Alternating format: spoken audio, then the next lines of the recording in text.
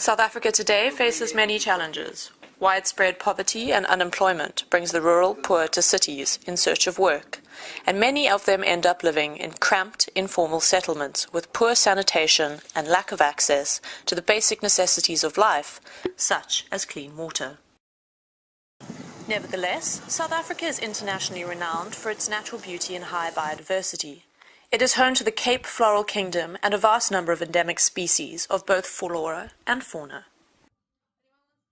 Estuaries, being unique environments where rivers join the sea, are important biodiversity hotspots, acting as nurseries for many marine fish species, feeding and nesting sites for water birds, and housing endemic species of flora and fauna that have adapted to the high variations of water temperature, salinity, and oxygen levels.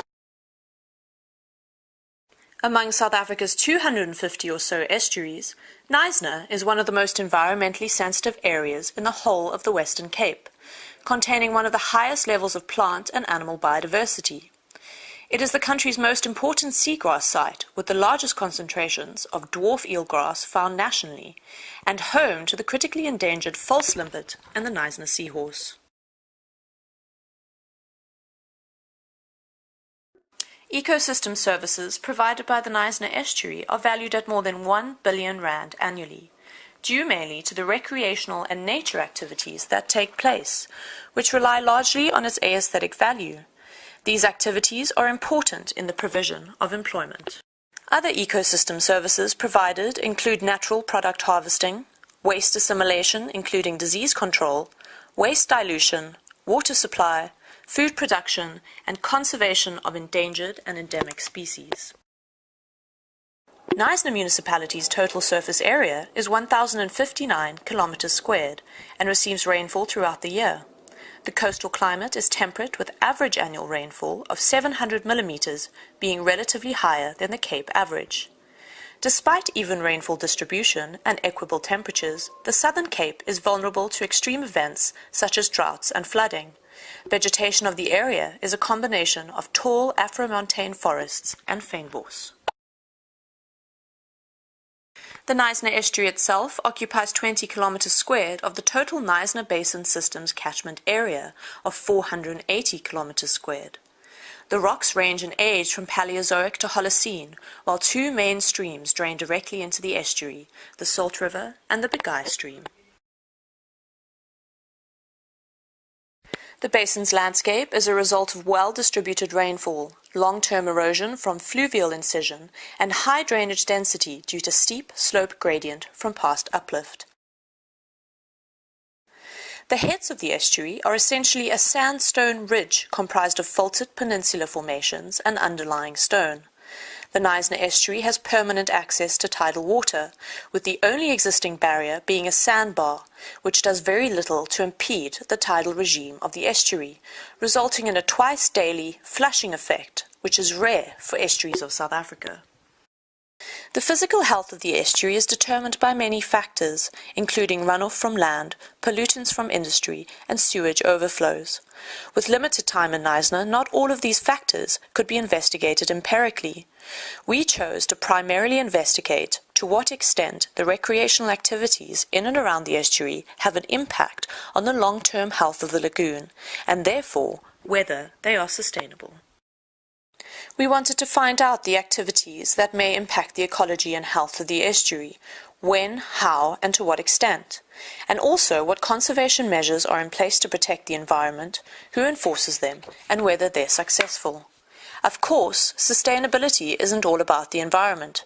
People have to make a living, but what they do and how they live affects the environment. We wanted to investigate how the growth of Knysna's recreational tourism impacts people, business, and infrastructure, and whether there are any repercussions felt in the estuary ecosystem.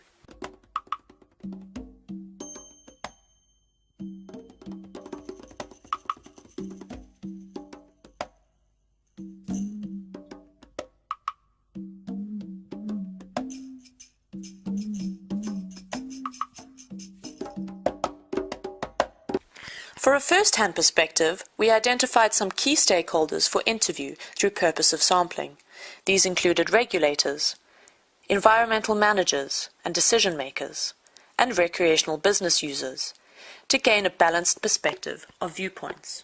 We made our own observations.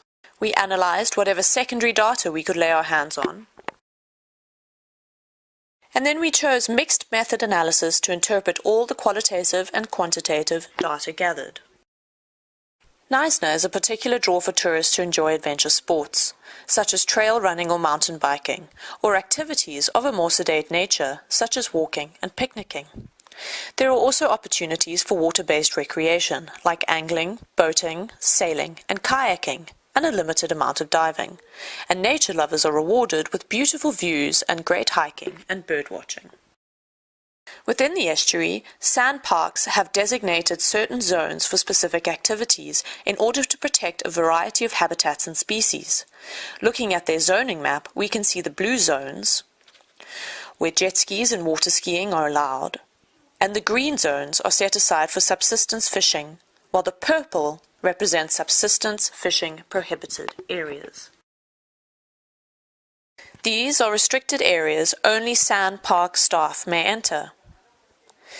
Bait harvesting is allowed in the yellow areas, and these red areas are the no-take zones. The salt marshes between Knysna and Leisure Islands are marine reserves and provide protection for a host of habitat types, including sandbank, mudbank, open channel, and sandy beaches, and their associated fauna and flora.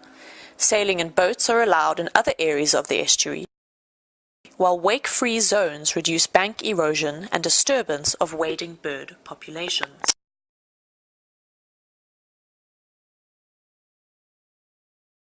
Tourism is the main industry of Knysna, and it brings significant revenue, with the Oyster Festival alone generating 90 million rand last year.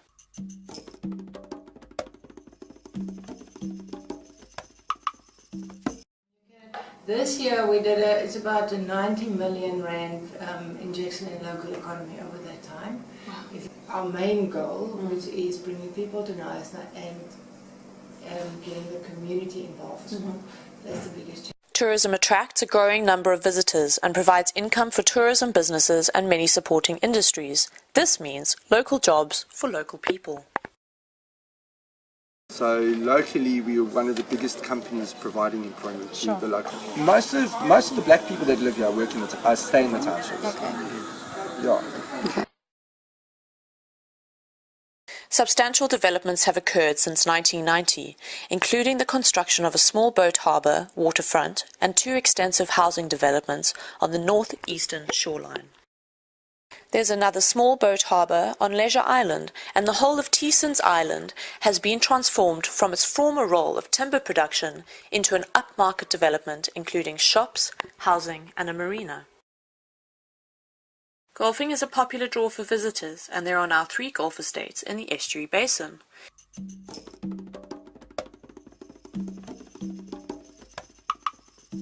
The exclusive Pazula estate provides employment for 20 in the clubhouse, and another 24 are employed in the grounds management.